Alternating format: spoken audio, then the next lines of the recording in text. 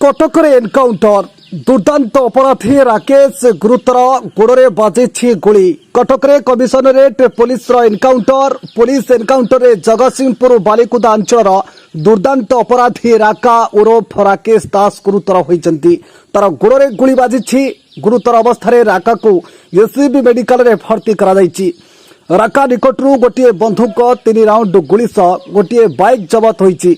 आज सकाळ 6:30 रे राका कटकरू जगतसिंहपुर फेरुवा बेले पुलिस खबर पाई चढ़ाऊ करिथिला।